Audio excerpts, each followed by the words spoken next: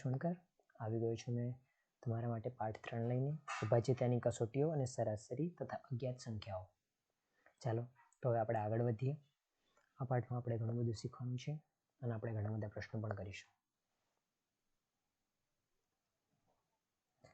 તો સૌથી પહેલાં તો ભાગાકાર શીખીએ કે ભાગાકાર કઈ રીતે કરાય. તમને આવડતા જ હશે પણ તો પણ તમને વધારે સારી રીતે શીખવાડું કે ભાગાકાર કઈ રીતે કરાય.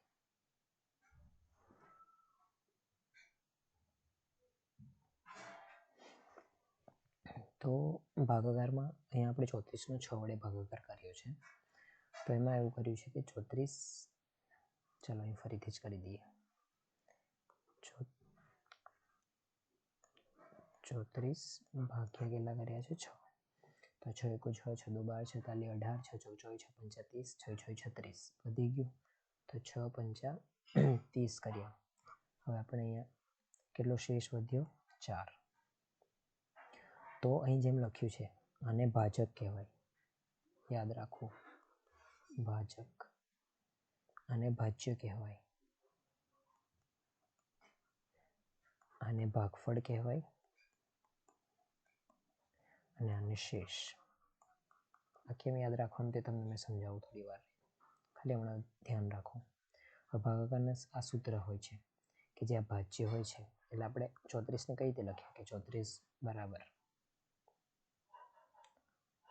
ભાજક અને ભાગફળનો ગુણાકાર. ભાજક અને ભાગફળ તો 6 અને 5, તો 6 × 5 = 6 × 5 = 30 થાય અને વત્તા કેટલા 4. તો આવી રીતે આ છે આપણો ભાજ્ય હતું અને ભાજ્ય કહેવાય છે. આ ભાજક જે ભાગતા મળે જવાબ તેને ભાગફળ અને જે વધે તેને શેષ. આવી રીતે કોઈ પણ સંખ્યાને આપણે લખી શકીએ છીએ. જેમ કે હજુ એક ઉદાહરણ જોઈ લો.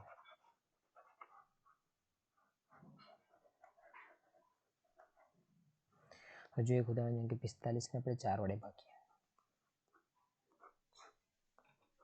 તો આપણે ડાયરેક્ટ જોઈએ 45 બરાબર 4 ગુણ્યા. હવે 4 1 અહીંયા 4 મૂકી દઈએ, 0 5 વધ્યો, ફરી 4 1 4 1 વધ્યો. તો મતલબ આનું શું થયું, આ 4 એ ભાજક છે, આ છે તે ભાજ્ય. હવે આ જે છે 4 એ ભાજક અને હવે અહીં જે 11 મળ્યું 11 ચોક 44 થાય એ ભાગફળ અને જે વધ્યો તે શું છે શેષ. કેટલો વધ્યો તો 1, તો 1 એ શેષ. અહીં પણ તમે જોઈ શકો છો 45 બરાબર 4 × 11 એટલે 11 ચોક 44 નહીં 45. સમજાયું? આવી રીતે આ સમજ યાદ રાખવાનું છે કે ભાજ્ય બરાબર ભાજક ગુણ્યા ભાગફળ વત્તા શેષ. આ કેમ યાદ રાખવાનું તે મેં તમને સમજાવું આગળ, કેમ કે પરીક્ષામાં સીધો પ્રશ્ન પૂછવામાં આવશે કે 244 2 વડે ભગાય કે નહીં. ચાલો 224 પછી 244 એ 3 વડે ભગાય કે નહીં. તો તમારે ત્યાં ભાગવા નહીં રહેવાનું, કેમ કે એ બહુ મોટા, આ તો 244 નાનો છે અને તમને આવું આપું તો 2 1 3 4 5 9. હવે આ 3 વડે ભગાય કે નહીં, આવો પ્રશ્ન પૂછાય. તો આ તો કેટલો મોટો ભાગાકાર છે અને તમે આને ભાગવા બેસશો તો કેટલો ટાઈમ લાગી જાય. તો એની શોર્ટ ટ્રિક્સ હોય છે બધી, તે મેં તમને નાની નાની જે રીતો હોય છે ફટાફટ ખાલી જોઈને જ સમજાઈ જાય કે આ 3 વડે ભગાશે કે નહીં, એ બધી સમજાવું.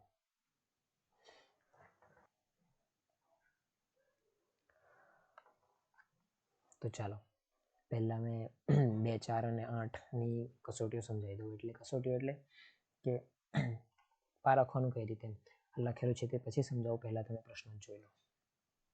જેમ કે 2 માટે સૌથી પહેલાં સમજો. 2 માટે કેવું, ખાલી એ બેકી સંખ્યા હોવી જોઈએ. એટલે કે કેવું, તો 2 વડે ભગાઈ જશે. જેમ કે એનો મતલબ તમારે શું ટ્રીક યાદ રાખવાની, કોઈ પણ જે તમને આપેલો અંક હોય છે એમાં જે છેલ્લા એકમના સ્થાન પર, એકમ 2 માટે જો એકમના સ્થાન પર આ 2 આમાંથી કોઈ હોય 0 2 4 6 8, આમાંથી કોઈ પણ જો અંક હોય તો તે 2 વડે ભગાશે. જેમ કે તમને મેં એક અંક આપું 2 4 8 2 6, આ હવે 2 વડે ભગાશે કે નહીં. તો આપણે એકમના સ્થાન પર જવાનું. શું છે આ 6 છે, આમાંનો છે, આ ભગાશે. પણ જો 2 4 8 2 5 આવું હોત તો એકમના સ્થાન પર 5 છે આ ના ભગાય, આ ભગાઈ જશે. સમજાયું? હવે ચાલો 4 માટે શું જોવાનું? 4 માટે દશક અને એકમ આ બંનેને જોવાનું.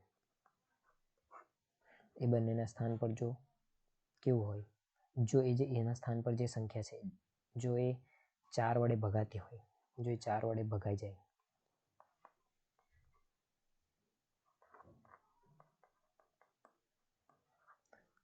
તો એ સંખ્યા એના વડે ભાગી શકાય એવું માની શકો, 4 વડે ભગાય એવું માની શકાય. એના માટે ઉદાહરણ તમને સમજાવી દઉં. એના માટે શું ઉદાહરણ? ચાલો માની લો કે 2 4 8 2 4.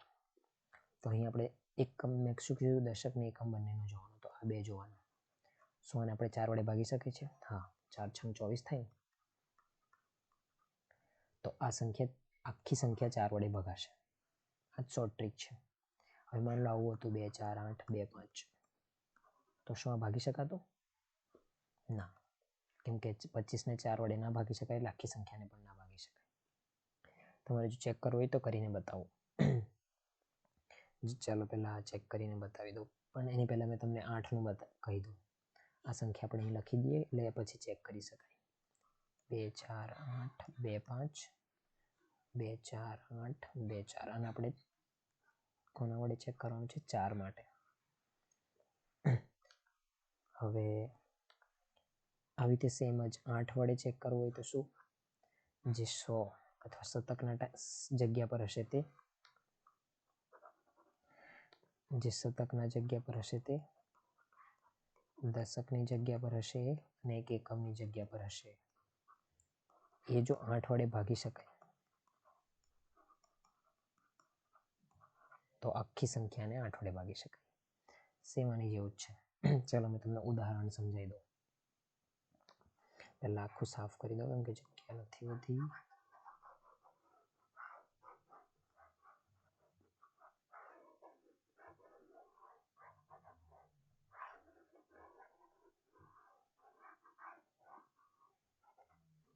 પહેલા 4નું ઉદાહરણ જોઈ લઈએ. મેં શું કીધું? 4માં જે છેલ્લી 2 અંક હોય ને તે જોવાના, એકમ ને દશક વડે. તો મેં એવું કીધું ને કે આ એકમ ને દશક ને 24 છે, એ 24 4 વડે ભગાય છે એટલે ભાગી શકાશે આખી. ચાલો આખી ભાગીને જોઈએ. 4 8 2 4. 4 વડે ભાગીએ. 4 6 24 0 0 8 વધ્યા. 4 2 8 0 2 ઉતર્યો. 4 વડે ન ભાગી શકાય, 0 મૂકશું, 4 2 ઉતારશું.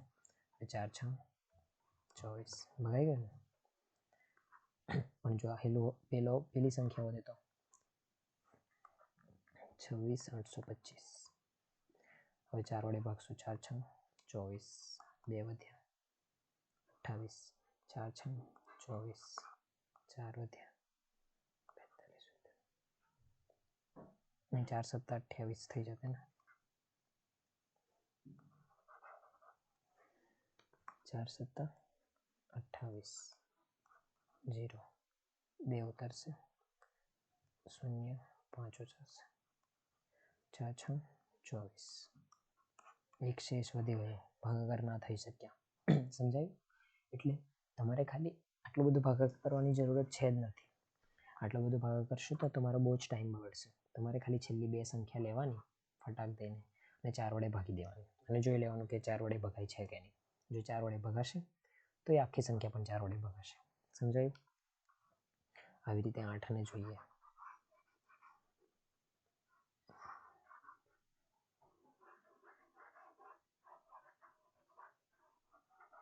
હવે 8ને જોવાનું. 8 માટે તમને શું કીધું? 8 માટે એવું કીધું કે તમારે છેલ્લી 3 સંખ્યા જોવાની. જેમ કે 8 માટે જોઈ લઈએ આપણે 5 4 0 64. 5 0 65. આ 2 સંખ્યા જોઈ લઈએ. હવે આમાં આપણે છેલ્લી 3 સંખ્યા જોશું. છેલ્લી 3 કઈ? આ છે. છેલ્લી 3 આ છે. છેલ્લી 3 આ છે. તો 0 64 8 વડે ભગાશે? હા, 88 64 થાય એટલે 8 વડે ભાગી જાય છે. તો આખી પણ 8 વડે ભગાશે. છેલ્લી 3 આ છે તો 0 65 8 વડે ભગાશે? ના, કેમ કે 88 64 થાય તો એક શેષ વધી જશે, તો આખી સંખ્યા પણ નહીં ભગાય. હવે જે મેં તમને ટ્રીક કીધી એનાથી તો આપણને સમજાઈ ગયું કે જે રીત છે, અને આખું હવે હકીકતમાં ભાગીને તમને બતાવી દઉં. ચાલો, 5 4 0 64, 8 વડે ભાગો 8, 8 8 16, 8 24, 8 5 35, 8 5 40, 8 6 48, પછી 8 7 56 થઈ જાય, 8 6 48, 2 ને 4 6 60, 8 7 56, 8 9 72, 56, 4 46, 8 5 40, 8 6 48,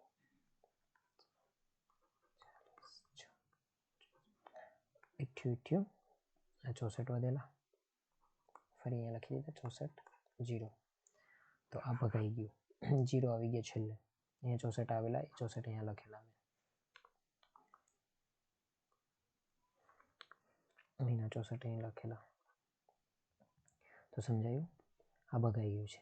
પણ હવે 56 0 65 ને જોશું તો 56 0 65, એને 8 વડે ભાગો, 8 7 56, 0 0 આવ્યું, 6 0 65 0, હવે 8 7 56, 88 64, એક વધી ગયો રિમાઇન્ડર, એટલે એક શેષ વધી ગયો, એટલે આખો નહીં ભગાયો. તો સમજાયું મેં તમને જેવું કીધું, આ જ લખેલું છે અહીં કે કોઈ પણ બેકી સંખ્યા 2 4 અને 8ની કસોટી હોતી, કોઈ પણ બેકી સંખ્યા જે સંખ્યાનો અંકનો ક્રમાંક 2 4 6 8 કે 0 હોય તે 2 વડે નિશેષ ભાગી શકાય. જેમ કે જો આ છે છેલ્લા મેં શું કીધું, એકમ સંખ્યાનો જોવાનો તો 0 2 8 એ 2 વડે ભાગી શકાય, પણ 35 43 51 આ 2 થી ના ભાગી શકાય. હવે 4 માટે જે સંખ્યાના અનુક્રમે દશક અને એકમ, મેં શું કીધું, દશક અને એકમ માટે જોવાનું, 4 માટે આ છે, 2 માટે આ, અને 8 માટે છે. તો જો એ બે અંક જે છે તે 4 વડે ભાગી શકાય, જે છે જે છેલ્લા 2 આવશે આપણને અંક, એ જો 4 વડે ભાગી શકાય તો આખી સંખ્યા પણ 4 વડે ભાગી શકાય. જેમ કે આ છે, એમાં આપણે ખાલી આ છેલ્લી 2 જોવાની, 4 વડે ભાગી શકાય, 4 6 24, તો આખી સંખ્યા બી 4 વડે ભાગી શકાશે.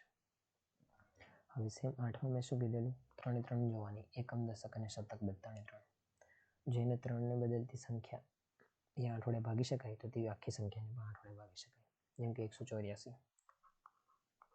હવે આ 3 3 ને જોવાની, અહીંયા આવું ઉદાહરણ છે કંઈક 5 6, તો આપણે છેલ્લી 3 જોવાની, 184 8 વડે ભાગી શકાય છે, તમે જોઈ શકો છો.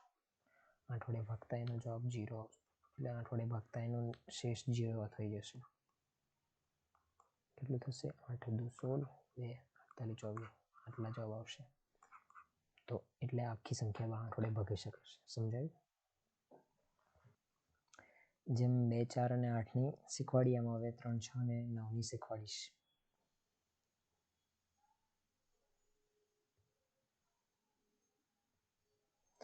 તો એ 3 3 સરખી જ છે. તમારે કોઈ પણ સંખ્યા લેવાની. પહેલાં મેં તમને સૂત્ર જ કહી દઉં 3 3નું, એટલે પહેલાં 3નું કહી દઉં.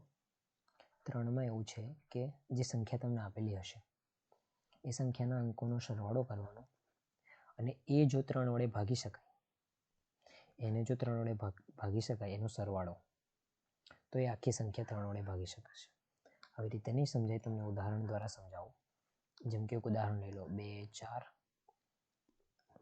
6 5 1. હવે આ સંખ્યા છે, આ 3 વડે ભાગી શકાય કે નહીં જાણવું હોય તો શું કરશું, પહેલાં આપણે એના અંકોનો સરવાળો કરીશું. 2 + 4 + 6 + 5 + 1, 2 ને 4 6, 6 ને 6 12, ને 5 17, ને 1 18, તો 18. હવે 18ને આપણે 3 વડે ભાગી શકીએ છીએ? હા, 3 6 18 થઈ જાય છે. તો આખી સંખ્યા પણ 3 વડે ભગાશે.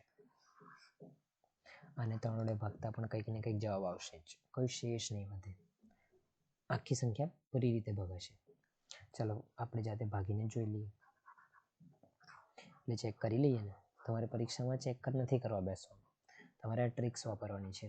આ બધી તરીકા કીધા છે ને 3 વડે, કે આ બધા અંકોનો સરવાળો કરવાનો, જે 3 વડે ભગાશે તો આખી સંખ્યા પણ 3 વડે ભગાશે. આવી રીતે તમે સમજી ગયા હશો કે કેટલી પણ મોટી સંખ્યા હોય તમે એક એક અંકનો સરવાળો તો ફટાફટ કરી લેશો અને 3 વડે એ સરવાળો પણ બહુ જ નાનો હશે તો 3 વડે ફટાફટ એને ભાગીને ચેક કરી લેશું. ચાલો આને પહેલાં ચેક કરી લઈએ. 2 4 6 5 1 ભાગ્યા 3 કરવાનું છે. 3 8 24 0 6 વધ્યા 3 2 6 0 5 આવ્યું 3 1 3 કેટલા વધ્યા 2 1 3 7 21 0 જો ભગાઈ ગયું ને 3 વડે શેષ કોઈ વધ્યો નથી. એટલે કે હવે શું કરવાનું આપણે એક સરવાળો કરવાનો અને એને 3 વડે ભાગવાનું. જો એ ભગાઈ જાય તો આખી સંખ્યા પર 3 વડે ભગાઈ જશે. હવે આવી રીતે તમને ચાલો પહેલાં હવે 6નું શીખવાડું. 6માં પણ આવું જ છે થોડું ઘણું. તમે પહેલાં મને એ કહો કે 6ને ભાગવા માટે શું કરવું પડે આપણે. જો 6 છે 6ને આપણે શું આવી રીતે લખી શકીએ 2 તાલી 6 તો કોઈ સંખ્યા છે કોઈ સંખ્યા છે માનો તો 6 વડે ભાગવાનું હોય તો અહીં નીચે 2 અને 3 આવશે. જો એ 2 વડે પણ ભગાતી હોય અને 6 વડે પણ ભગાતી હોય જો બંને વડે ભગાતી હશે તો એ 6 વડે ભગાશે. સમજાયું? હવે તો 3 વડે તો મેં તમને શીખવાડી દીધું કે એના અંકોનો સરવાળો કરવાનો અને એ 3 વડે ભગાશે તો આખી સંખ્યા પણ 3 વડે ભગાશે. પછી તમારે 2નું ચેક કરવાનું. 2 માટે શું શીખવાડ્યું કે છેલ્લી સંખ્યા એ બેકી હોવી જોઈએ. 0 2 4 6 અને 8 આમાંથી કોઈ હશે તો એ 2 વડે ભગાશે. જો આ બંને રીતે ભગાતી હશે તો જ એ 6 વડે ભગાશે. સમજાયું? એટલે 2 વડે ભગાતી હશે ને 3 વડે ભગાતી હશે તો જ 6 વડે ભગાશે. જો 2 વડે ના ભગાતી અને 3 વડે ભગાય તો પણ 6 વડે નહીં ભગાય. જો 2 વડે ભગાતી હશે અને 3 વડે નહીં ભગાતી હોય તો પણ 6 વડે નહીં ભગાય. 6 વડે ત્યારે જ ભગાશે જ્યારે બંને વડે ભગાશે. અને જો બંને વડે ના ભગાતી હોય તો પણ 6 વડે નહીં ભગાય. એટલે માત્ર ને માત્ર આ જ એક એવો કેસ છે જેમાં 2 વડે પણ ભગાશે અને જો 3 વડે પણ ભગાશે તો જ 6 વડે ભગાશે. હવે વધારે તમારે એટલું બધું નહીં વિચારવું. એક ઉદાહરણ લઈ લઈએ ચાલો જેથી કરીને તમને સમજાઈ જાય.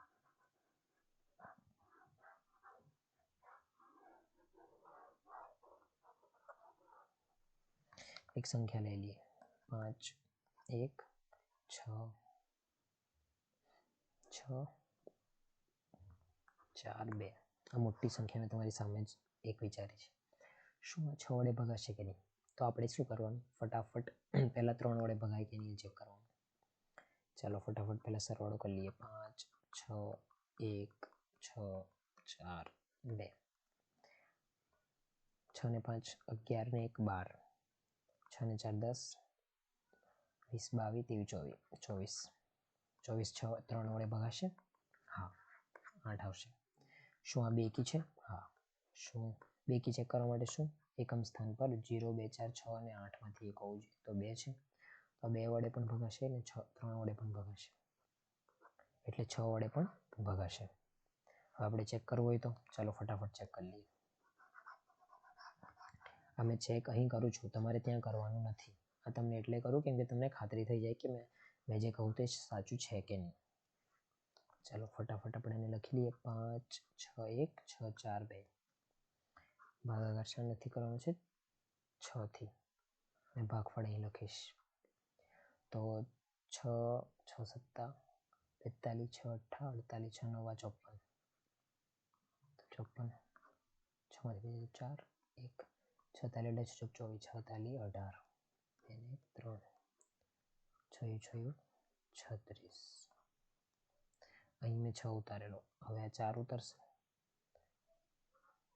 2 ઉતરશે 6 7 42 0 તો આ આવ્યું છે 6 થી ભગાઈ ગયું છે. સમજાયું? 6 થી આ તો ખાલી મેં ચેક કરવા માટે ભાગતો હતો.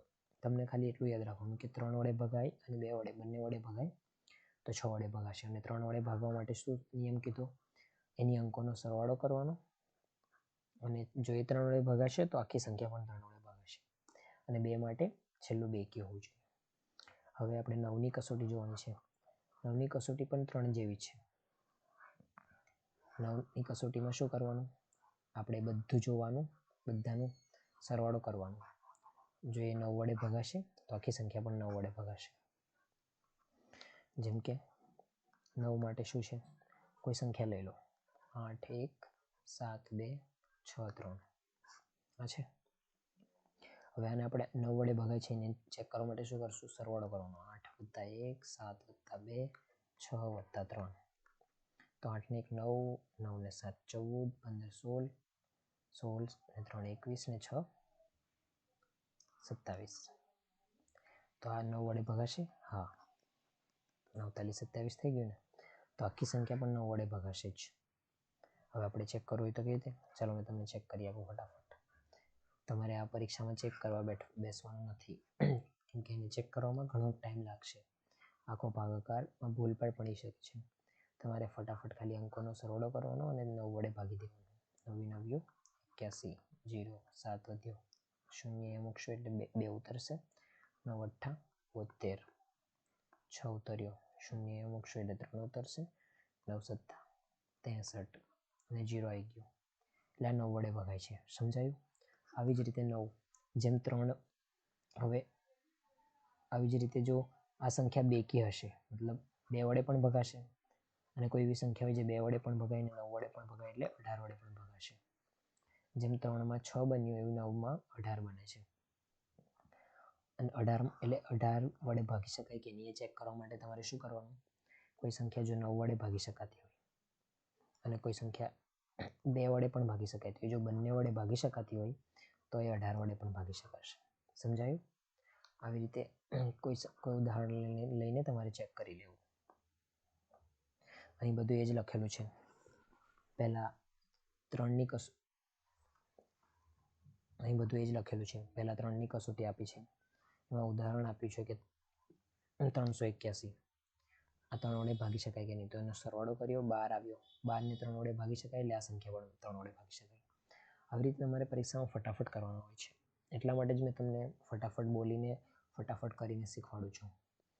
હવે જો 3 વડે ભાગી શકાય અને જો એ બેકી પણ હોય તો એ 6 વડે ભાગી શકાશે, જેવું પાછળમાં મેં કીધું. આ 3 4 છે અને 6 વડે ભાગી શકાય કે નહીં, તો પહેલાંનો સરવાળો કરો, 5 ને 3 8 અને 4 12 છે. 3 વડે ભગાશે, 3 ચોક 12, હા. હવે શું એ બેકી છે? બેકી માટે શું છે, એકમના સ્થાન પર જવાનું. 0 2 4 6 8 માંથી છે, હા. તો આ બેકી પણ છે, તો 2 વડે પણ ભગાશે ને 3 વડે પણ ભગાશે. તો 6 વડે ભગાશે, હા 6 વડે ભગાઈ જશે. ફટાફટ આગળ વધો.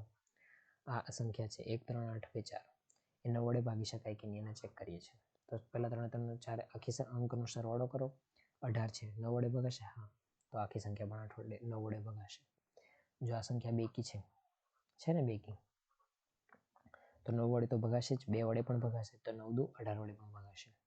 આવી રીતે બધું ચેક કરી લેવું ફટાફટ. હવે આની પછી આપણે કઈ કસોટી સમજવાની છે, 5 અને 10ની કસોટી સમજવાની છે. તો 5 અને 10ની કસોટી શું થશે, આ જ છે.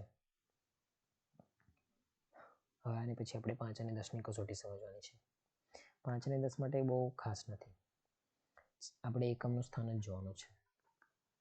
એકમના સ્થાન પર જો 5 અને 0 આમાંથી કોઈ એક આવે તો એ 5 વડે ભગાશે, અને એકમના સ્થાન પર જો 0 આવે તો એ 10 વડે પણ ભગાશે. તો ફટાફટ કહી દઉં કે કેવું, 5 હોય, 5 વડે ભગાય કે નહીં ચેક કરવા માટે શું, એકમના સ્થાન પર 0 અથવા 5 હોવો જોઈએ. 10 વડે ભગાય કે નહીં એના માટે શું જોવાનું, એકમના સ્થાન પર 0 છે કે નહીં જોવાનું. બસ આટલું જ જોવાનું છે. આ બહુ સહેલું છે. આના ઉદાહરણ ફટાફટ કહી દો. 3 7 8 5, એકમના સ્થાન પર 5 છે તો 5 વડે ભગાશે. 3 7 8 0, એકમના સ્થાન પર 0 છે તો 5 વડે પણ ભગાશે અને 10 વડે પણ ભગાશે. આવી રીતે કોઈ બી સંખ્યા લઈ લો, 530, એકમના સ્થાન પર 0 છે તો 10 વડે ભગાશે, 5 વડે પણ ભગાશે. આવી રીતે કોઈ બી સંખ્યા લઈ લેવાની. 11ની કસોટી, આ થોડી ખાસ છે, મેં તમને આને સારી રીતે સમજાવું. આના ઉદાહરણ પહેલાં લઈ લઈએ. 62,909. તો ઉદાહરણથી જ સમજીએ એટલે તમને વહેલું સમજાય. હવે મારે એ ચેક કરવું છે કે 11 વડે ભગાશે કે નહીં. તો જો મારે આ ચેક કરવું હોય કે 11 વડે ભગાશે કે નહીં, તો મેં શું કરીશ, મેં આને પહેલાં બે સંખ્યામાં ભાગી નાખીશ.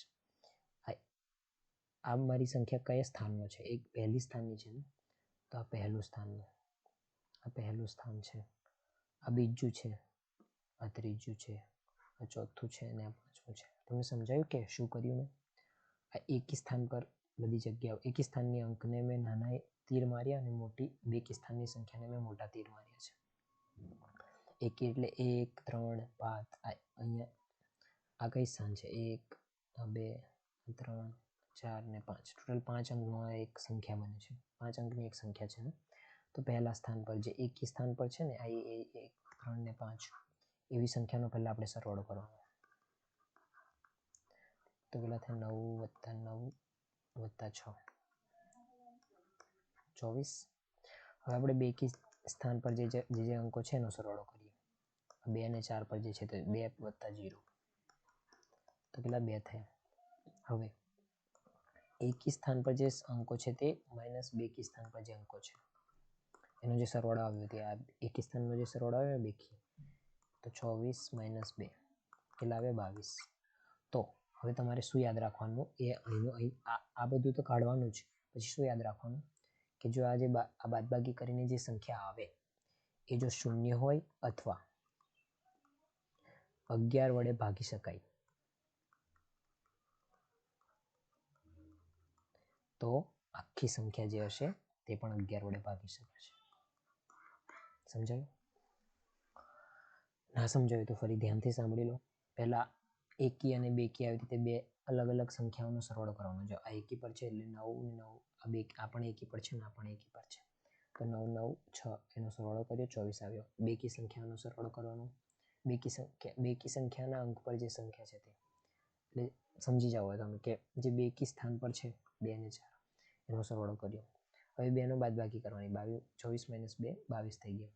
જો એ 0 હોય અથવા 11 વડે ભાગી શકાય તો એ આખી સંખ્યા પણ 11 વડે ભાગી શકાશે. ચાલો બીજા ઉદાહરણથી સમજાવી દો એટલે તમને બરાબર રીતે સમજાય.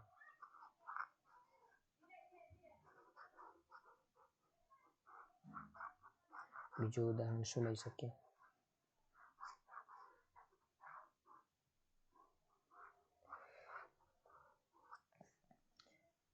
હવે મેં જાતે જ ઉદાહરણ બનાવી દઉં. 2 4 5 9 11.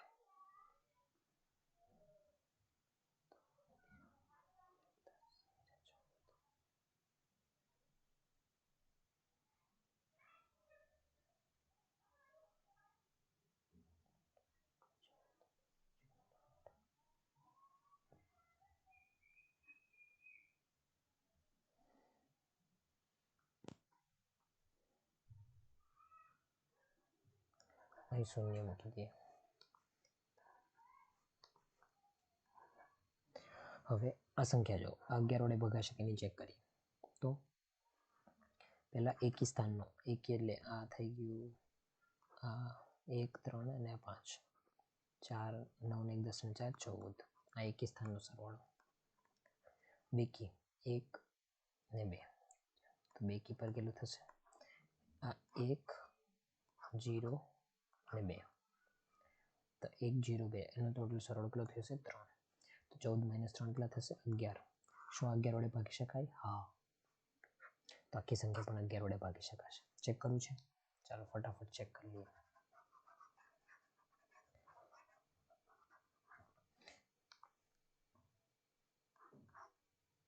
ચોવીસ 0 9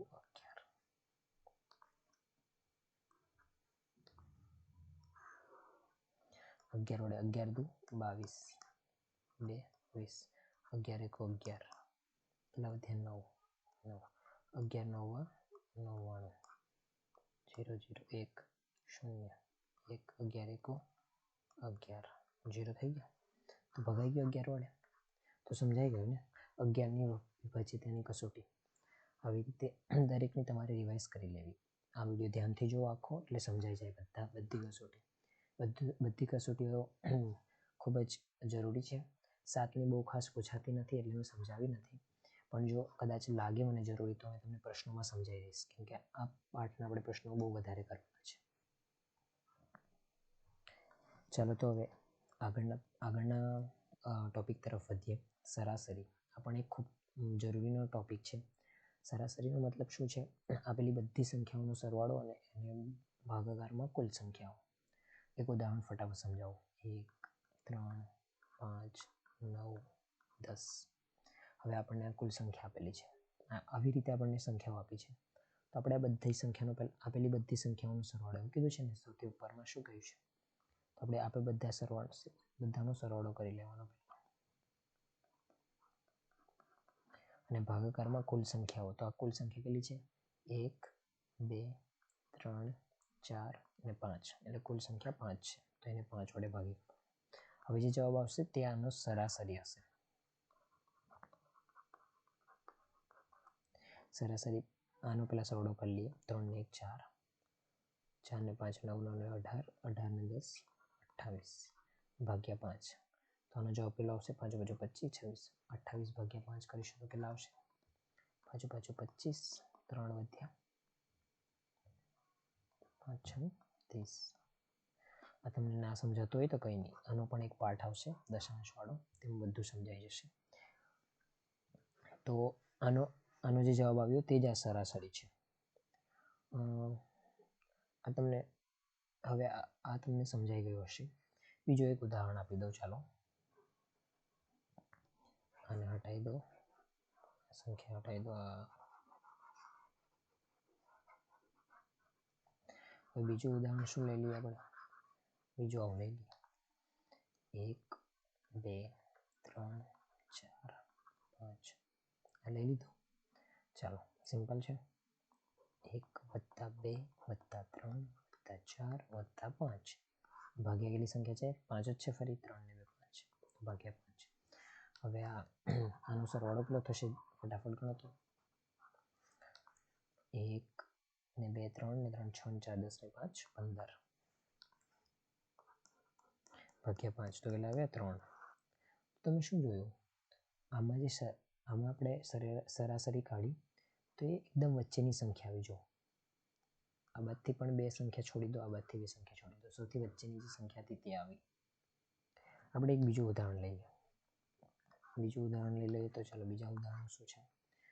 7 8 9 10 11 ફરી 11. ચલો આ વખતે થોડીક એક વધારે લઈ લઈએ. 12 ને 13. તો ફટાફટ હવે આનો સરવાળો કરો. 7 + 8 + 9 + 10 + 11 + 12 + 13. આમાં ટોટલ સંખ્યા કેટલી છે? આમાં 5 નથી. આમાં 1 2 3 4 5 6 7 7 છે. તો 7 વડે ભાગીશું. હવે આનો સરવાળો ફટાફટ કરો તો. 7 ને 8 15, 15 ને 10 25, 25 ને 9 34, 34 ને 1 35 ને 10 35 ને 10 45, 46 48 48 50 50 ને 20 કેટલા થશે? 50 ને 20 70 ભાગ્યા 7. તો કેટલા આવશે જવાબ? 10 આવશે. તો અહીં પણ તમે શું જોયું? જો અહીંથી 3 સંખ્યા છોડા, આ બધી 3 સંખ્યા છોડા, જે સૌથી વચ્ચેની હતી તે આવ્યો જવાબ. એટલે આ બંને સંખ્યાઓમાં શું ફરક છે? જો ધ્યાનથી જો, કઈ ફરક નથી. એટલે ફરક છે પણ કેવો સરખામણી શું છે? તો જો આ બંને સંખ્યાને ચડતા ક્રમમાં છે. એટલે 1 2 3 4 5 7 8 9 10 11 12 13. તો તમને એવું સમજાયું ને કે સરાસરી શું હોય છે ખબર? આપેલી સંખ્યામાં ચડતા ક્રમમાં જો હોય તો, અને જો એ સંખ્યાઓ એકી હોય, આ 7 સંખ્યા છે, તો એમાં જે સૌથી વચ્ચેની સંખ્યા હોય તે જ સરાસરી હોય છે. સરાસરીનો કાઢવાનો આ પણ સૂત્ર છે, તમારે આવી રીતે પણ કાઢી લેવું, પણ આ એક બસ એક ટ્રીક છે. આગળ તમને બધું સમજાવું. ચાલો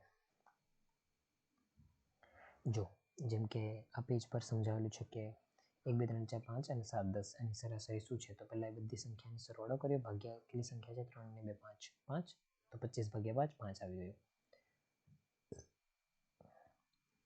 પછી બીજું શું સમજાવ્યું છે કે જો એક ક્રમવાર હોય અને કુલ સંખ્યા એકી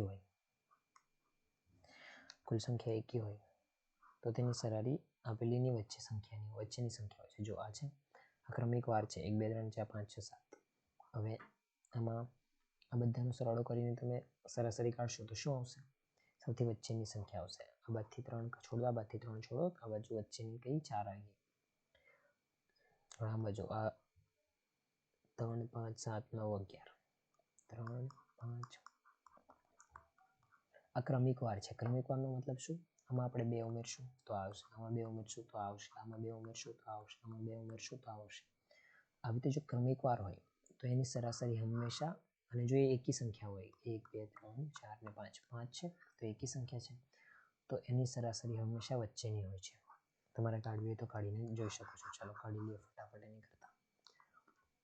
3 + 5 + 7 + 9 + 11 ભાગ્યા 5. 5 ને 3 8 ને 7 15. 5 ને 3 8 થાય, 8 ને 7 15. 15 ને 11 કેટલા થશે? 15 ને 1 16 ને 10 25. 15 ને 1 16 ને 10 26. 26 ને 9 35. તો અહીંયા 35 ભાગ્યા 5 તો કેટલા થઈ ગયા? 7. 7 જવાબ આવ્યો. આ બે વચ્ચેની 7 જ છે. આવી રીતે જો ક્રમિક વાર સંખ્યાઓ હોય તો એની સરાસરી વચ્ચેની સંખ્યા હોય છે એ તમારે. હવે ક્રમિક વાર સંખ્યાઓમાં જો કુલ સંખ્યા બેકી હોય તો શું થશે તે તમને સમજાવું. ચાલો આપણે જોઈ લઈએ. 1 3 5 7 9 11. આ ક્રમિક વાર છે. આમાં 2 2 ઉમેરતા જશું તો આગળની સંખ્યા મળતી જશે. આ કુલ સંખ્યા કેટલી છે? 6 છે. હવે આનો આપણે સરાસરી કાઢીએ. 1 + 3 + 5 + 7 + 9 + 11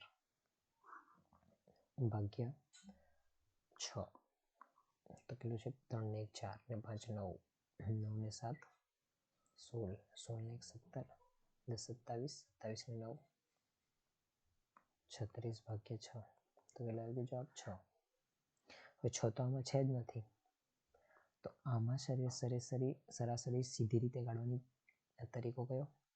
આમાંથી આ બાદથી 2 છોડો, આ બાદથી 2 છોડો તો વચ્ચેના જે 2 વચ્ચે ને બેકી સંખ્યાઓમાં 2 વધશે હંમેશા વચ્ચે, તો એની સરાસરી કાઢી લેવી. એટલે 5 + 7 ભાગ્યા 2. 7 ને 5 12 ભાગ્યા 2 તો 6.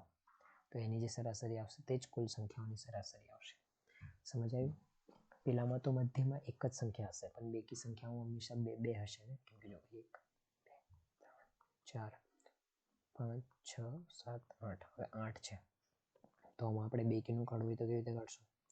1 2 બાદથી 3 આ બાદથી છોડ્યા, 3 આ બાદથી છોડ્યા તો વચ્ચે 2 2 વધ્યા. અને જો આવું હતું 1 2 3 4 5 6 7 તો આ બાદથી 3 છોડવાના હતા, આ બાદથી 3 તો વચ્ચે એક જ વધે. તો જ્યારે એકી સંખ્યા હોય ત્યારે તો સૌથી મધ્યની હશે સરાસરી, જો એ કોઈ ક્રમાંકમાં હોય. અને જ્યારે બેકી સંખ્યાઓ હશે બધી નંબર, મતલબ જે સંખ્યાઓ હશે એ બેકી હશે. મતલબ આ કેટલી સંખ્યાઓ હતી? 8 સંખ્યાઓ હતી. તો એમાં જો સરાસરી આપણે કાઢવી હોય અને એ પણ જો ક્રમાંકમાં હોય તો એમ વચ્ચેની જે 2 સંખ્યાઓ હશે એની સરાસરી જ આખી સંખ્યાઓની સરાસરી હશે. સમજાયું? હવે આપણે આગળ વધીએ. જે બીજો ટોપિક છે આપણો અજ્ઞાત સંખ્યાઓ. અજ્ઞાત સંખ્યાઓ એવી સંખ્યાઓ છે જેમની આપણને કિંમત ખબર નથી હોતી. જ્ઞાત સંખ્યાઓ કોને કહેવાય છે? જેમ કે 3 7 12 આ વગેરેને આપણે જ્ઞાત સંખ્યાઓ કહે છે. પણ અજ્ઞાત એને કહેવાય છે જેમ કે x થઈ ગયું, y થઈ ગયું, a b x y. આપણને આની સંખ્યાઓ ખબર નથી. અજ્ઞાત છે ને કેમ કે અમને ખબર નથી કે આની જગ્યાએ કઈ કઈ સંખ્યાઓ હોઈ શકે છે, તો એને અજ્ઞાત કહેવાય છે. સમીકરણ એટલે આ ખાસ સમજવું. સમીકરણ કોને કહેવાય? ક્ષમતા દર્શાવતા ગાણિતિક વિધાનના સાંકેતિક સ્વરૂપને સમીકરણ કહેવાય છે. એટલે કે x - 1 = 5 આને આપણે સમીકરણ કહેવાય. 3y + 2 = 8. આવા અજ્ઞાત અને જ્ઞાત બંને સંખ્યાઓનો જ્યારે આવી રીતે મેળ કરીને બરાબર લખીને એક આવી બનાવવામાં આવેલી જે વાક્ય જેવું છે એને જ આપણે સમીકરણ કહીએ છીએ, જેમાં અજ્ઞાત અને જ્ઞાત બંને હોય છે. અહીં જે લખેલું છે તે ક્ષમતા દર્શાવતા ગાણિતિક વિધાનના સાંકેતિક સ્વરૂપને સમીકરણ કહેવાય છે. સમીકરણ એવું હોય છે જેમાં અજ્ઞાત અને જ્ઞાત બંને સંખ્યાઓ હોય છે, એટલું યાદ રાખવું. આમાં જો આમાં અજ્ઞાત y છે અને જ્ઞાત 2, 8, 3 બંને છે ને, એટલે એવાને આપણે સમીકરણ કહેવાય છે. ખાસ યાદ રાખવું. હવે સમીકરણનો ઉકેલ કઈ રીતે કાઢશું? બંને કોઈ અહીં શું લખ્યું છે તે પહેલા વાંચી લઈએ. સમીકરણમાં અજ્ઞાતના સ્થાને જે કિંમત મૂકવાથી સમીકરણની બંને બાજુની પરિણામ સમાન થાય તે કિંમતને એનો ઉકેલ અથવા બીજ કહે છે. ચાલો x - 5 = 10 આ એક સમીકરણ છે. ઠીક છે. હવે આપણને અહીંયા ખબર નથી x ની જગ્યા પર શું મૂકશું તો આ સમીકરણનો ઉકેલ મળશે. ચલો મેં કહું કે 10 મૂકીશું. 10 મૂકીશું તો શું થશે? 10 - 5 અહીં 5 વધશે અને 10 આ બંને બરાબર નથી. ચાલો પહેલા આપણે આ તો ખોટું થઈ ગયું. હવે 15 મૂકી જાઓ તો 15 - 5 કેટલા થઈ ગયા? 10 અને આ બાજુ બી 10 છે તો આ સાચું થઈ ગયું. તો આ x ની જગ્યા પર આપણે 15 મૂકશું તો બંને બાજુનું બરાબર આવે છે. તો આને જ આપણે સમીકરણનો ઉકેલ કહેવાય છે કે એવી સંખ્યા જે સંખ્યા મૂકતા બરાબરની બંને બાજુની વેલ્યુ એટલે જવાબ સરખો આવે. હવે આ અજ્ઞાત સંખ્યાઓનો થોડું મેં તમને ગુણધર્મ કહી દઉં. જેમ કે a = b હોય તો b બરાબર પણ a હશે. આમ નંબરમાં નહીં સમજાય તો તમને આંકડામાં સમજાવું. માની લો કે 5 - 1 કેટલા થશે? 4 થશે બરાબર. 6 - 2 કેટલા થયા? 4 હશે. તો આ બરાબર હશે તો આને આવી રીતે બી લખી શકશું. 6 - 2 = 5 - 1. સમજાયું? આ જ કહે છે ખાલી કે જો 4 બરાબર 4 છે તો એને ઊંધું કરો 4 બરાબર 4 તો એ બરાબર જ હશે.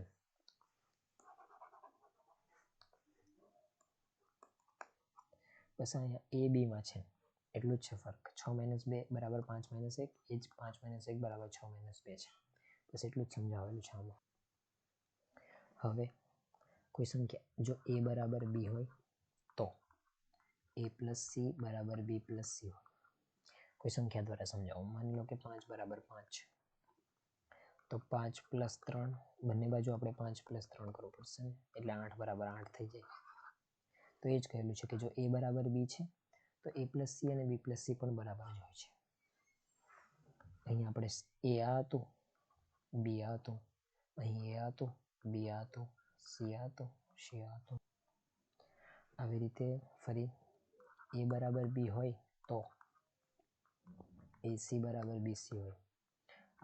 આ ગુણાકાર કર્યો છે એ જોડે એટલે શું કહે છે? 5 = 5 છે તો 5 × 3 = 5 × 3 મતલબ 15 = 15 થઈ જશે. બસ આટલું જ કહે છે. એટલે તમારે ધ્યાનથી સમજી લેવું, આંકડો મૂકીને સમજી લેવું. હવે અહીં શું કહેવામાં આવ્યું છે કે થોડાક ગુણધર્મો છે જે પૂર્ણાંક સંખ્યા abc માટે છે. સમીકરણની ડાબી બાજુની અને જમણી બાજુનું મૂલ્ય હંમેશા સરખું હોય છે. આ યાદ રાખવું કે સમીકરણ જે હોય છે તેમાં 2-3 વસ્તુ હોય છે. એક અજ્ઞાત સંખ્યાઓ a b c x y આવું બધું હશે. એમાં જ્ઞાત સંખ્યાઓ 2, 5, 10 આવું હશે. અને એમાં એક બરાબરની સાઇન બરાબરનું ચિહ્ન હશે જેની ડાબી બાજુનું મૂલ્ય અને જમણી બાજુનું મૂલ્ય એ હંમેશા સરખું હશે. આ તમારે ખાસ ધ્યાન રાખવું. સમીકરણમાં શું શું હશે? અજ્ઞાત અને જ્ઞાત સંખ્યાઓ અને એક બરાબરની ચિહ્ન હશે જેની ડાબી અને જમણી બાજુનું મૂલ્ય હંમેશા સરખું હોય છે. આપેલા ફૂટ પ્રશ્નોનો ઉકેલ શોધવા માટે અજ્ઞાત માટે ધારણા કરો. પ્રશ્નમાં આપેલી વિગત ઉપરથી એક ચલ સમીકરણની રચના કરો અને ચલ સમીકરણ ઉકેલ શોધો. એ ફૂટ પ્રશ્નનો જવાબ હશે. આમાં ખાલી એવું જ સમજાવેલું છે કે x - 1 = 5. તો તમારે આનો જવાબ કાઢવાનો છે. તો તમારે અહીંયા એવી સંખ્યા મૂકવાની છે કે 5માં. તો x ની જગ્યા પર 0 થી શરૂ કરો. એ 0, 1, 2, 3, 4, 5, 6 બધું મૂકતા જાઓ જ્યાં લગીન જવાબ નહીં આવે. આનો જવાબ કઈ રીતે કાઢવાનો તે બધું મેં તમને પ્રશ્નોમાં સમજાવીશ, ચિંતા ના કરો. બસ એ જ આ સમજાવેલું છે કે અહીં આપણે x નો 6 મૂકશું તો 6 - 1 = 5 તો x ની વેલ્યુ અહીંયા 6 આવશે. તો એ કેવી રીતે શોધવાનું છે તેનો આ તરીકો આપ્યો છે. મેં તમને પ્રશ્નોવાળા ભાગમાં સમજાવીશ. આ પાઠને આપણે ઘણા બધા પ્રશ્નો કરશું, તમે ચિંતા ના કરશો. બસ એટલું યાદ રાખવું કે હમણાં સુધી જે સમજાવ્યું તે તમારે ખૂબ ધ્યાનથી સમજી લેવું અને વિડીયો પણ ધ્યાનથી જોઈ લેવો. ચાલો તો આભાર. મળીએ હવે આની પછીના વિડીયોમાં, જેમાં તમારા પ્રશ્નો આવશે આ પાઠના. એ પાઠના પ્રશ્નો વધારે હશે, એટલે તમારો જેટલો વિડીયો આ છે એની જેવો જ લાંબો હશે. તમારે ધ્યાનથી સમજી લેવો, ધ્યાનથી વિડીયો જોઈ લેવો, એટલે તમને બધું ધ્યાનથી સમજાય. કંઈ પણ તકલીફ હોય તો અમારા નંબર પર મેસેજ કરજો. વોટ્સએપ ગ્રુપમાં તમે ડાઉટ પૂછી શકો છો. તમને મેં જે પ્રશ્નો આપ્યા છે આની પહેલાં, તે બધા તમારે ધ્યાનથી સોલ્વ કરી લેવા, એટલે તમારી પરીક્ષા સારી જાય. Best of luck. ભણતા રહો. જય શ્રી કૃષ્ણ.